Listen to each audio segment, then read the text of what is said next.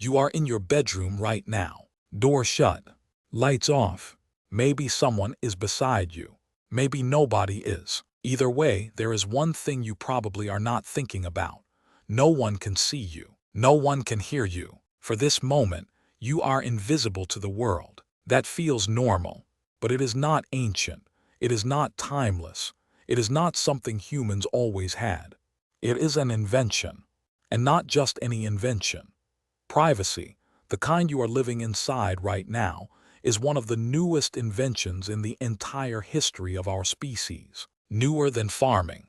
Newer than the wheel. Newer than writing.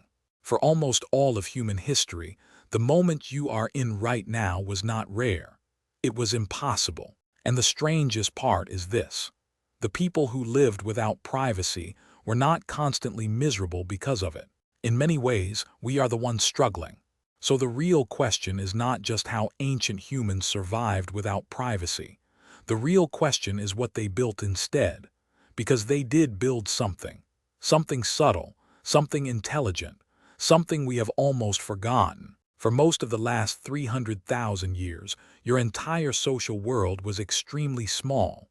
Not emotionally small, physically small. Anthropologists studying hunter-gatherer societies found that people in these groups usually remained within a very short distance of one another during most of the day, roughly the length of a school bus. Inside that small circle, life happened. People woke up there. They ate there. They argued there. They laughed there. They worked there. They flirted there. They raised children there. They got sick there. They grieved there. They slept there. There were no rooms, no private corners, no locks, no soundproof walls, no version of "I need a minute alone." If you were upset, everyone knew. If you were ill, people noticed before you said a word. If you had tension with your partner, the group felt it. If you felt attraction, desire, embarrassment, sadness, or fear, you felt it inside a circle of other humans who were always close. And here is the important part. This was not some unfortunate lifestyle reserved for the weak. Everyone lived that way. The strongest hunter, the oldest elder, the most admired person in the group. No one had privacy, because privacy, as a physical condition, did not yet exist. But ancient humans were not clueless. They solved the problem in a completely different way. They created privacy without walls. They built it out of behavior, out of timing, out of distance, out of silence. When night fell, the social rules changed. Darkness did more than hide people. It signaled permission. The fire burned lower. The camp quieted. And everybody understood that certain things no longer needed to be noticed. Then there was distance. Not a mile, not a journey, just a small movement away from the group. Far enough into darkness that the body disappeared. In a world with no electricity, a short distance at night was enough to make a person effectively invisible. And across multiple forager societies, researchers kept finding the same pattern. If someone moved away in darkness, no one followed. No one asked questions. No one chased the moment with curiosity. That was the rule. And then there was the most sophisticated rule of all. Collective silence. Not ignorance. Not confusion. Not people failing to understand what was happening. People understood perfectly. They simply agreed not to acknowledge it. That was ancient privacy. Not nobody knows, but everybody knows and no one will make it visible.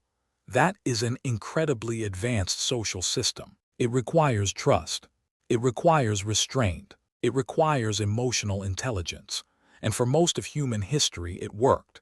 Some groups did not even need a specific word for privacy, not because they lacked complexity, but because the behavior was already woven into daily life.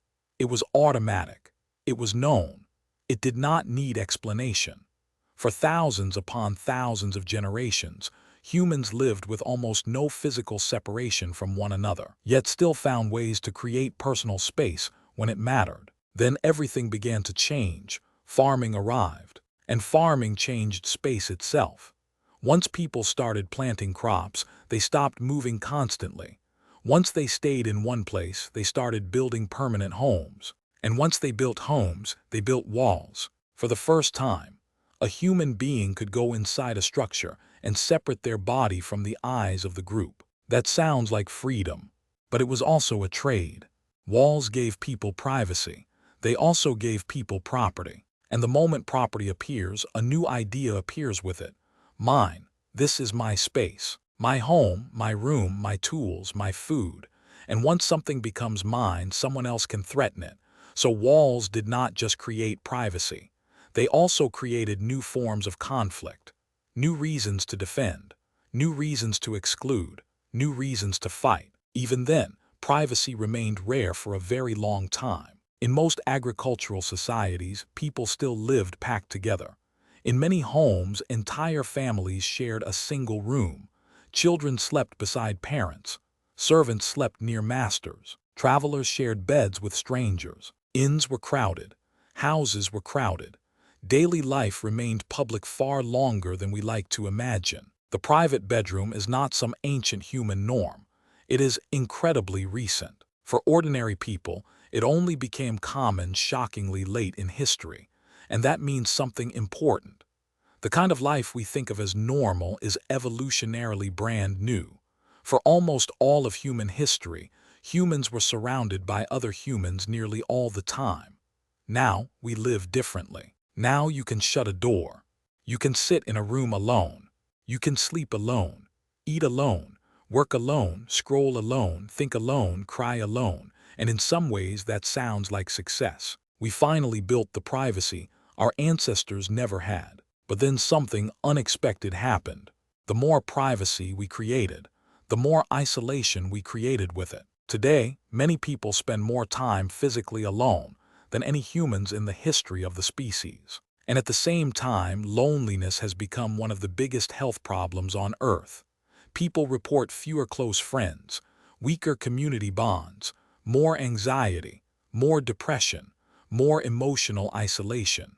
We built walls to protect the self, and slowly the self became trapped inside them. Ancient humans had almost no solitude, but they also had almost no chronic social isolation. They were rarely alone, and because of that they had to become experts in relationship. They had to read moods, read tension, read silence, read body language, read the emotional weather of the group. Their survival depended on it. They did not build privacy out of architecture. They built it out of trust. That may be the most important difference of all. We tend to think privacy means separation. For most of human history, privacy meant cooperation. It meant the group quietly protecting your invisible moments. It meant being seen all the time and still being given space. That is a very different idea from locking a door and disappearing. And maybe that is why this story matters right now. Because modern life has given us something extraordinary, the ability to be alone whenever we want. But it has not always taught us how to remain connected while we use it. Ancient humans never had the luxury of closing the world out, so they became masters of living close without crushing each other. They knew how to give space without creating loneliness. They knew how to witness without invading. They knew how to stay together without demanding constant access to one another. Then we built rooms, then doors, then private bedrooms, then entire lives organized around separation. And ever since, we have been trying to solve a problem our ancestors solved in a completely different way, not by leaving each other, but by learning how to be near each other well. So yes, privacy is real, and yes, it is valuable. But if you want to understand what humans actually are, you have to remember this. For most of our history, nobody was ever truly alone. And somehow in that crowded world, people still found ways to protect intimacy, dignity, desire, conflict, tenderness, and rest. They did not build privacy with walls. They built it with trust. And maybe the real danger of modern life is not that we finally invented privacy. Maybe it is that we forgot privacy was never supposed to replace connection.